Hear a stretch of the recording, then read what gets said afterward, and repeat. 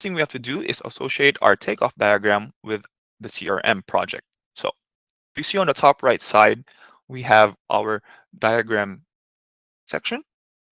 And if I select add, I can either start a new diagram from scratch. I can add any existing diagrams from my MeasureSquare cloud, or I can upload a local file.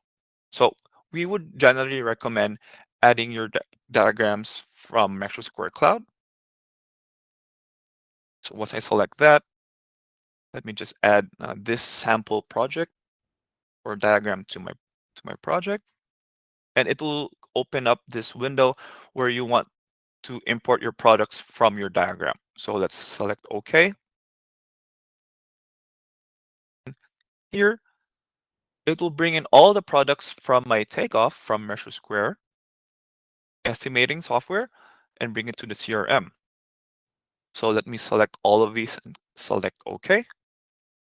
And we'll go back to our products section.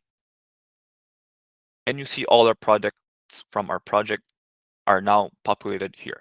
So you can now see all the quantities, our pricing, all from our takeoff.